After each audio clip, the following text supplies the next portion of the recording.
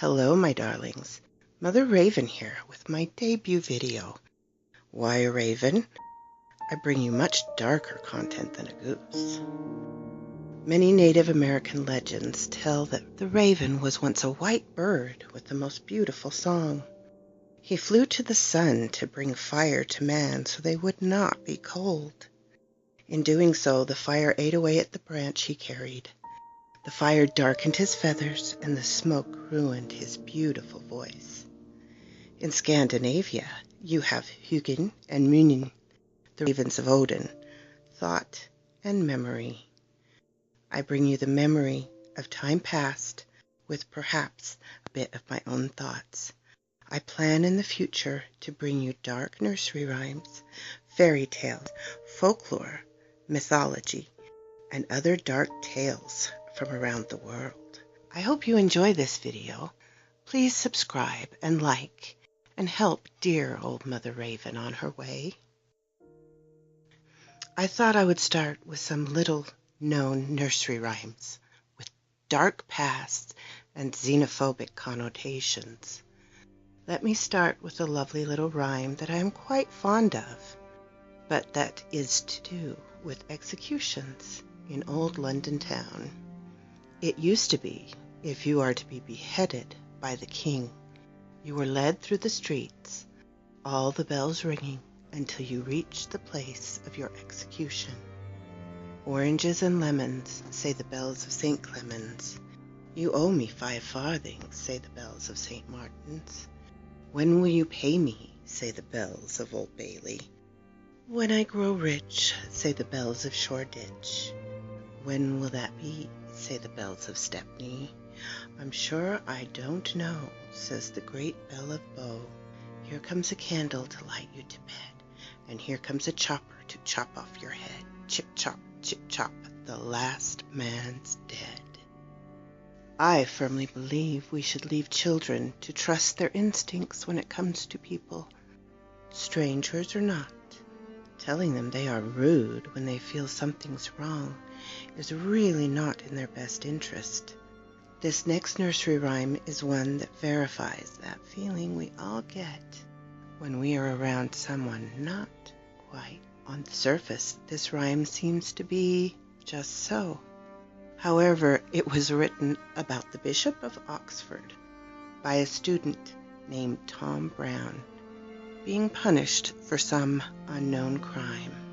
I do not like thee, Dr. Fell.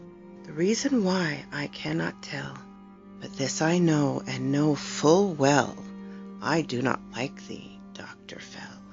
The next rhyme I bring is a commentary on life's futility, a little philosophical ennui for your sampling. Solomon Grundy, born on Monday, christened on Tuesday, married on Wednesday, took ill Thursday, worse on Friday, died on Saturday, buried on Sunday. This is the end of Solomon Grundy. Finally, a couple of rhymes full of xenophobia to end my debut. The first, an attack on the ever-targeted gypsies. My mother said I should never play with the gypsies in the wood. If I did, she would say, "Naughty girl to disobey. Your hair shan't curl and your shoes shan't shine. You gypsy girl, you shan't be mine." And my father said that if I did, he'd wrap my head with a teapot lid. My mother said that I should never play with gypsies in the wood. The wood was dark, the grass was green. By came Sally with a tambourine. I went to sea, no ship to get across. I paid 10 shillings for a blind white horse. I upped on his back and was off in a crack. Sally, tell my mother I shall never come back. Finally, a besmirching of a poor Welshman, and perhaps more importantly, a symbolic view of war and relations of nations. This was sung on St. David's Day, on the Welsh and English border for a few hundred years, during the 18th and 19th century. Taffy was a Welshman, Taffy was a thief. Taffy came to my house and stole a leg of beef. I went to Taffy's house. Taffy was in bed. I picked up the leg of beef and hit him on the head. Taffy was a Welshman. Taffy was a thief. Taffy came to my house and stole a piece of beef. I went to Taffy's house. Taffy wasn't home. Taffy came to my house and stole a marrow bone.